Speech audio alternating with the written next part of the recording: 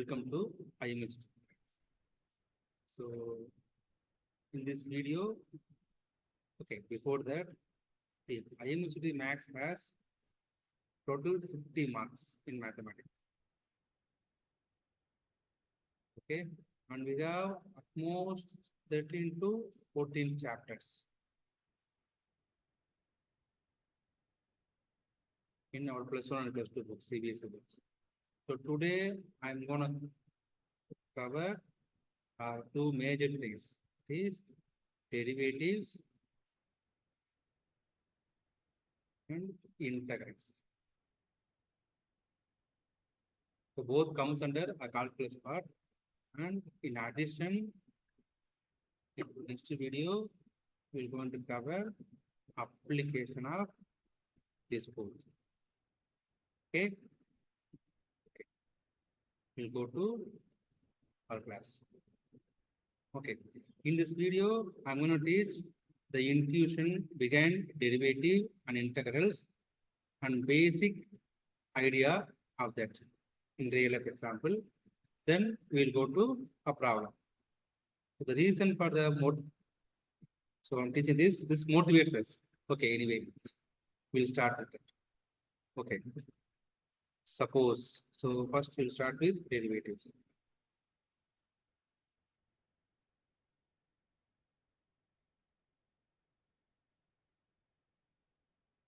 Suppose I'm in a point A, say in Chennai. Suppose I want to go to B, say Pondicherry. So assume that it has total 100 kilometers. So in physics, we know that the speed will be, say, distance by time. Suppose assume that I covered this A to B in a, say, 4 hours. So that means my speed will be, say, 100 kilometer divided by 4, which makes a 25 kilometer per hour. That means in average per hour, I travel 25 kilometers. Now, come to the scenario. See, suppose A is Chennai. So suppose up to this point, say ECR.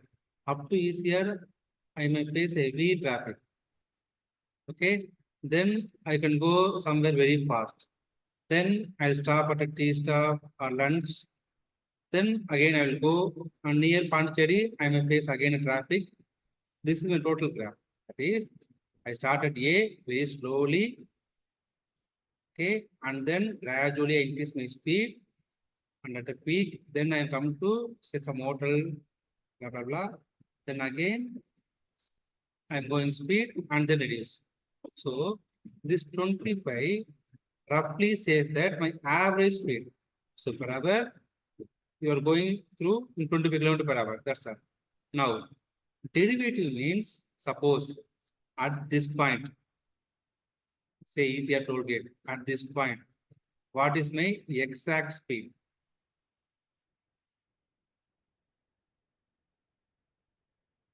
Okay, I need this.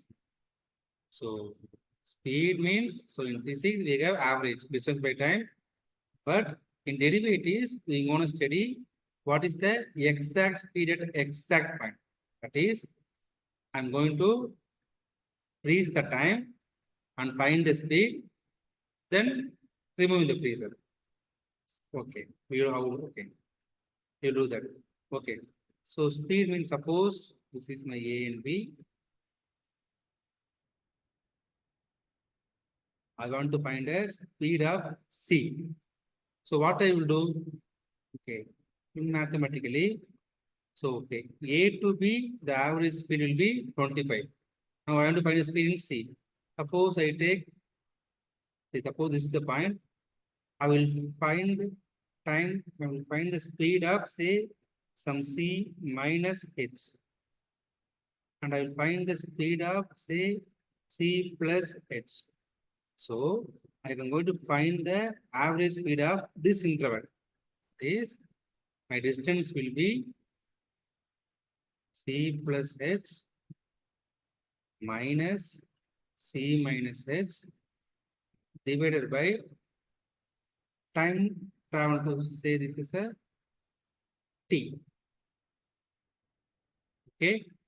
Now this will be so h by t. That is my total travel will be this h is 2h initially divided by time travel by t. Suppose I want exact set c, so I will add a limit. If you want exact mean, I will add limit. Say this h going to 0. So my derivative will be say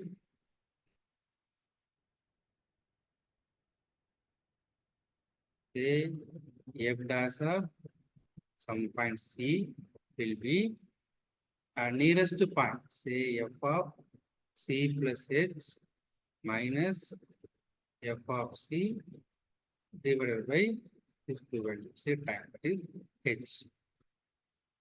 Okay. So my derivative will be f of c plus h minus f of c divided by h, where my limit h going to 0. We call this as a derivative. Okay. Another interpretation will be, suppose I have a graph. Say this is my road map. Suppose this is my, I want to find the speed. Say at this point C, my speed will be say 75 kilometer per hour. That is, at this point, I'm going at a rate of 75 kilometer. Currently, I have 10, that's etc. But at this point, my speed was 75 kilometer per hour. Okay. What if you continue in the same manner? What if you continue the sound by same manner, same speed? So this line is called tangent. A tangent line. Okay. So this is the relation between a derivative and tangent line. So derivative initially it's a exact, that is instantaneous speed of at that particular point. Now it gives me, suppose I think like this, it gives me a tangent line. Okay, so this triggers me to think derivative as a two manner. So derivative means say in a two manner. It's actually a instantaneous speed of my slope of the tangent. Of tangent line. Okay, so for us, these two interpretations will be fine. There are more. So derivative in terms of say UG level, college level, they call approximation of the polynomial. But we'll so that's also comes under this, but that's beyond our scope. Okay, now we'll come to integration. So we'll pause here. Again, I'll go to integration. Then I will find the interlink between what derivative and integration. Then we will do problems. Okay. Okay. Now come to integration parts.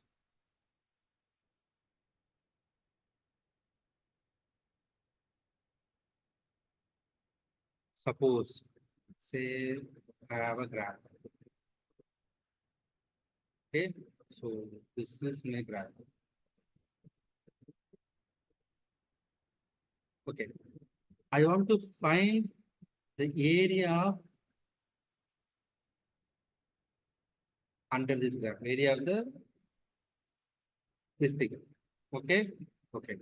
Now I know the area of a rectangle. So the rectangle area will be, this is L, this is B mean, the area will be L into B. That is, this is 90 degree, this is 90 degree. I can find the area will be L into B. Now, this is somehow not a rectangle, right? Some graph, right? So how will you find? The idea will be, again, I'm going to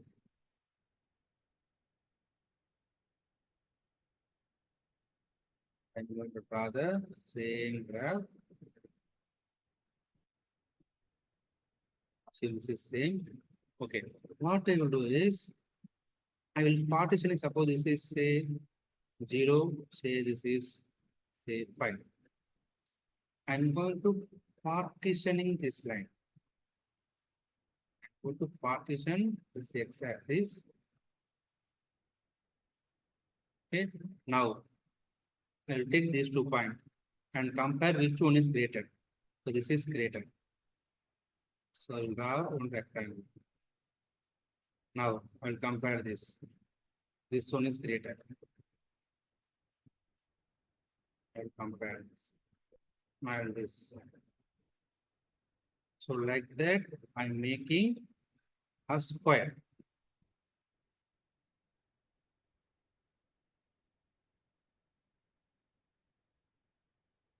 This rectangle. So in this manner, I can make a lot of rectangle. So now I know how to find the area of the rectangle. So this distance into this length.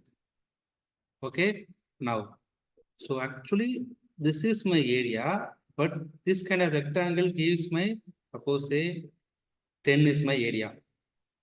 This rectangle is always greater than 10 because it has some overlapping things or extra cuttings. Right? Now, in the same manner, same graph, assume this is the same graph. Now, I'm same partitions.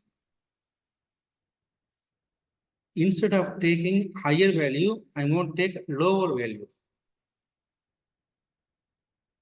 So comparing this point, here I'm taking the highest, comparing this and this point, I'm taking higher value. Here comparing this and this, I'm taking a lower value.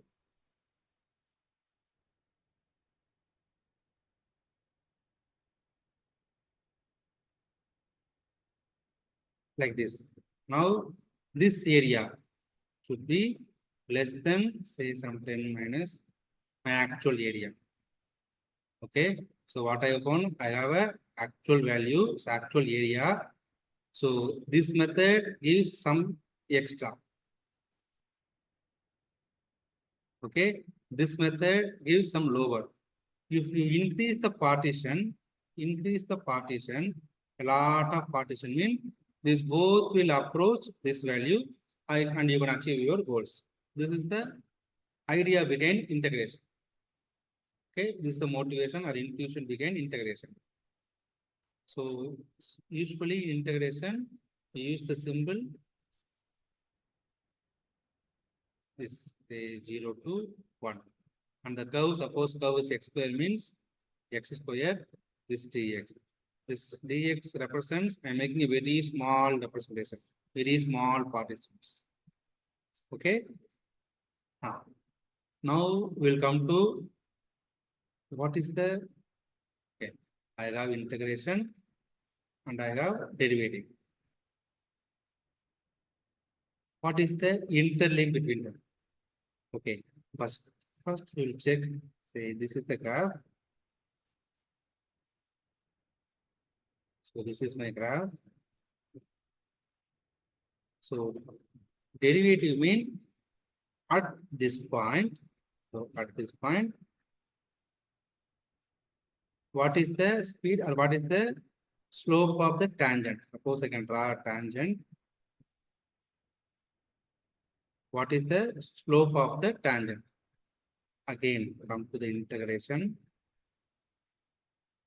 So I have a graph. See, actually, it's the same graph. So integration means I'm do a lot of partition. Okay, suppose take one partition. Say this is C. Consider this as a C. C means we will do lot of partition around here. Lot of partition and find the area. That is, I'm going to make this curve a straight line as much as possible. So integration means I'm going to straighten this curve. I'm going to straighten this curve. Now, In derivative means a same thing. I am going to straighten this curve in a futuristic manner. Is I'm going to straighten this curve in a futuristic manner.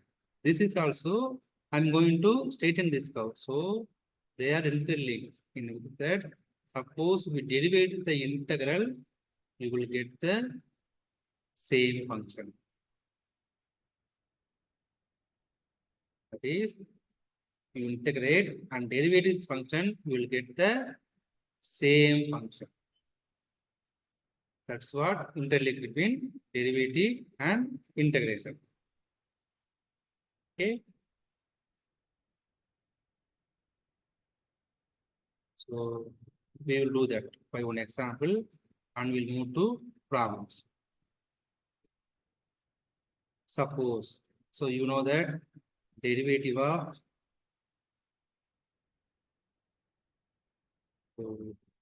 derivative of say x squared. This will be 2x. Okay. Now integration of 2x will be so 2x squared by 2 which cancel, which is equal to x squared. Both are same. Okay. So this is true in a closed and bound interval. That's beyond our thing. Assume that for +1, +2 level, these both are true. So now we'll come to the IMUCET part. Okay. If they ask integration question, suppose find integration of say e power x dx, and they will have 4 options. Say 1, 2, 3, 4. The beauty of this is if you know derivative very well, okay, you don't need to worry about integration because just derivative the option, that is just derivative this, you will get the e power x. Okay, so now this is one important formula. We always check in the question. And there are 30 or 35 formulas. That is, what is derivative of x power n? So what is derivative of say sin x, say cos x, say tan x, say cosecant square x, say cot x. So in this link, we will have upload the formula sheet. And most probably in a +2 book, say page number 11, I hope 11 or 12, you have the formulas. So read all those formulas, we will solving the questions from next week. Thank you.